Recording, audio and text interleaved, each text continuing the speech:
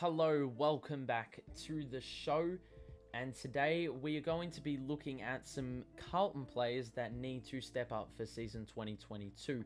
Obviously, the ultimate goal is to win a flag, and in order to do that, all your players need to perform, all your players need to contribute in their roles, and they need to mesh well, they need to work together, they need to be cohesive. And I feel like Michael Voss is building something here, but obviously he needs his players to buy in and need to give 100% on a weekly basis. Today, we're going to be looking at a few players, as previously mentioned, that need to step up their game. They have been a bit lackluster in the last season or so, or even couple seasons. But yeah, they need to step up for various reasons. So without further ado, let's dive right in. First and foremost is a player that, well, he's been fairly crap for pretty much the entire time he's been at the club. It's Mitch McGovern. And last season, only the 5 games and 6 goals. And obviously, that alone is not enough for a guy you're paying, hundreds of thousands of dollars to perform week by week. He can't even get out on the park because he's injured, because he's been playing in the VFL.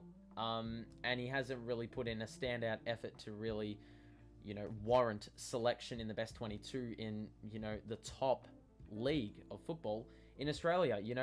It's just pretty diabolical. What we need to see from him this season is there's an opportunity here. Liam Jones, years and years ago, was playing forward. He was garbage. He got pushed back.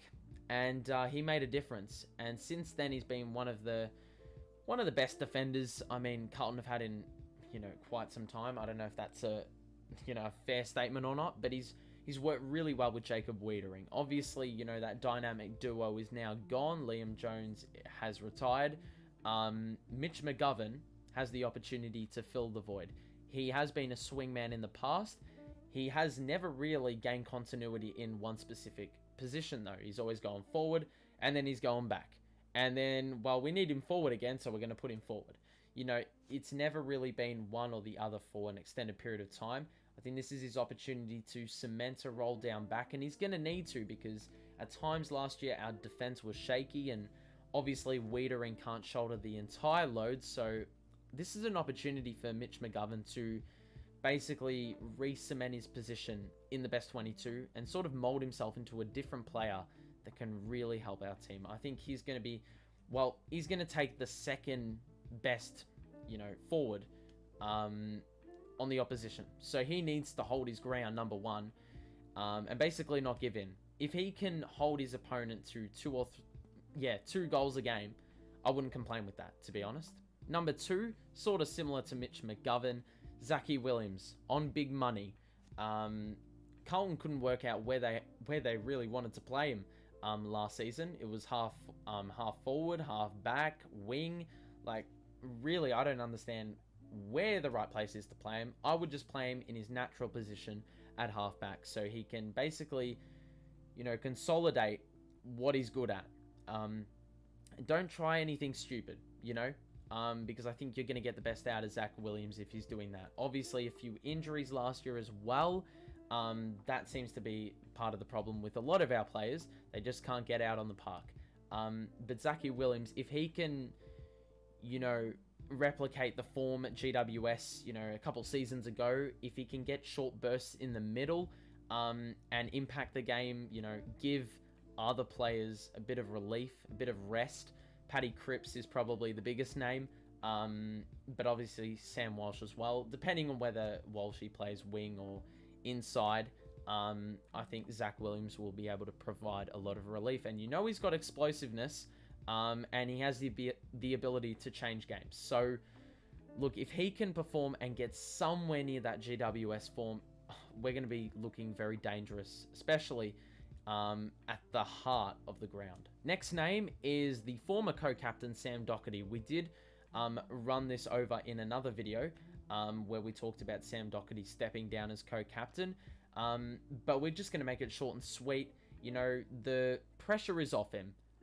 We said in the previous video that if you're not the captain, or if you are the captain, expectations, are going to be so high for you. The pressure's going to be on. If your team is losing, you're going to be held accountable in some respects. Sam Doherty won't have to, face that pressure anymore. Last year, he had some very bad moments, like games which we needed to win. He was not delivering in them. He was making costly mistakes, which was giving the opposition goals and just really uncharacteristic type stuff. But I think, he's recovering at the moment. I'm assuming he had some time away from the club. He's now back training. He's getting up to game speed. It's a fresh start for Doherty. So, look, if he can... he seemed more comfortable on the wing last year, but obviously he can play back in a number of positions. I feel like if he can get back to, that form from a couple seasons ago, which, he was one of our best players, top 3 possibly, that'll really help in terms of depth.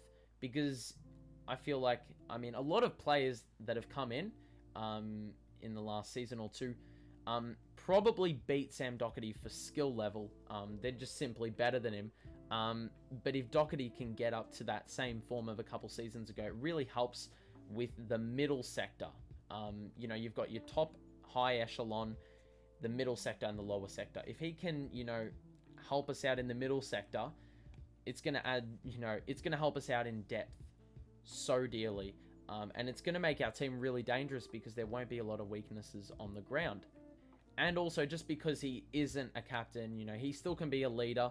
And I think his value in terms of leadership on the field and off the field are going to be really important, especially in times of adversity when we do lose. Next name is Jack Martin, and I think a lot of Carlton fans would probably, criticize his work ethic.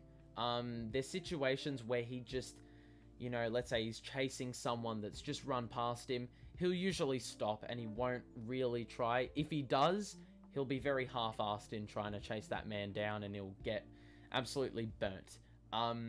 But look, Jack Martin, another guy with injury problems. Obviously, we got him for free a couple seasons ago, but he's never really lived up to the heights. He's had a couple bags of goals and a couple moments of brilliance, but nothing really to rant and rave about. Look, we got him in for a reason. We obviously recognize the ability. He's got a lot of creativity. He's got game IQ. But we just haven't seen really any of that. And I feel like if he can provide that, it will provide something different to this Carlton team that I think a lot of other players don't really offer. So, quick segment for Jack Martin, but look, if he can just get back to some Gold Coast form where he was taking, games by the scruff of the neck and, damaging teams, especially offensively by kicking a couple goals and really impacting the game whilst being on the ball, just breakaway pace and composure. I think that's going to go a long, long way. If he can play midfield minutes next season for the upcoming season, man, we're going to have so many options in the midfield. Next name on the list is Zac Fisher, and Zac Fisher only played 10 games last year and kicked 4 goals. So you're really getting a sense of what Zac did last season, and to put it bluntly, not much. We needed some goal scoring output, and obviously in terms of small forwards, Honey and always fit the bill. Obviously Eddie Betts was there now, but he's gone. So Zac Fisher is 23 years of age now, so he's been in the system for a couple of years, and we haven't really seen the breakout season from him. You do see a lot of websites saying that Zac Fisher is going to be the breakout player for the Carlton Football Club in the season to come. And it's never really surfaced. But, Zac Fisher, we've seen, once again, moments of brilliance, with that beautiful left foot of his, or right foot, doesn't really matter. He's got some very good ball use. He's got a bit of craftiness around goal. He's kicked a couple bags. I remember a couple seasons ago where he kicked 4 against West Coast. And that was a great display by him. But we just haven't seen enough of that. And he's going to have to step up as a small forward because I feel like Honey and Always don't have the experience to put together a reliable patch of form. Like, Always held up pretty well for the majority of the time that he was in the team. But in the latter stages of the year, he sort of went missing, and he got dropped a couple times, I think. So, Zac Fisher, I mean, if he can kick a steady 2 to 3 goals a game, obviously that's asking a bit much of him, but if he can do that once again, you put that aside or alongside, our tools, and it's a very formidable forward line. And it, causes a lot of issues for defenses because, they've got him to deal with, and then they've also got the tall key forwards. If the key forwards aren't firing, then if Zac Fisher's firing, then, there's less reliance, there's less pressure. I think it'll bring the best out of every single forward in the forward line simply because of that. Final name on the list is going to be Charlie Curnow. And Charlie Curnow, obviously, last year was out for quite some time. He's been out for, well, I'd say more of his career he's been sitting on the side than he's actually been playing. But, a couple seasons ago, you saw a game against the Bulldogs where he kicked 7 goals, and it was a part of that, late game surge where we were down 6 goals and only ended up losing by a few points. It was an absolute surge. I'd seen nothing like it in years. If he can fire as well, we talked about Zac Fisher just a moment ago, but you pair that with Harry Mackay, who kicked 58 goals in the season. Obviously, he was battered and bruised.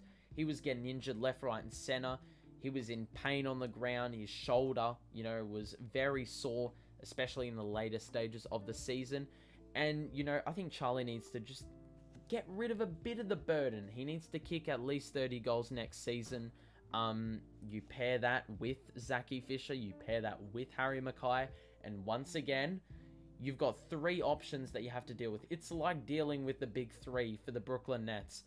You shut down one player, or one player gets injured, the other 2 can perform on a regular basis. That is what will make the Carlton team so good.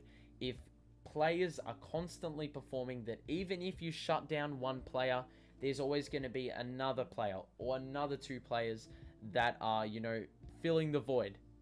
Basically compensating for the other player getting missing, basically. But for Charlie, he's just dangerous. I mean, you saw that step kick goal from about 50 out against St Kilda. He'd just returned from injury and just had the balls to do that. Absolutely hectic goal. I mean, that was a great night in general because we won and won convincingly. Also was very accurate that night, which was something we hadn't seen in a while. But nonetheless, you see just that potential to just break the game wide open with things like that. You saw the hanger that he took over, I don't know who it was it Maynard or Chris Mayne a couple seasons ago, they put his hanger alongside Jezelenko's hanger, that type of stuff. Moments of brilliance like that. I mean, obviously it's great to, see a lot of entertainment. It's great to have a couple show ponies in your team, but you also want them to perform and, not just have one sick moment like that in the game, which gets the media rocking. But yeah, if Charlie can just stay on the park, for God's sake, if he can just stay on the park and look after himself and not fall down the stairs or slip on damn kitchen tiles, then I think we'll be okay. We've never seen Harry and Charlie play like a very extended run of games at all. I reckon they've played like probably a dozen or 24 games together in their careers, and they've been around for at least 5 years, I reckon.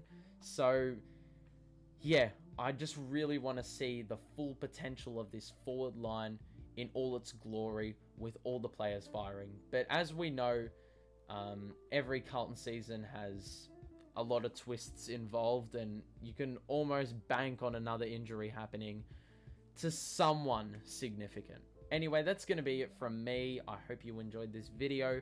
Drop a like on it, subscribe.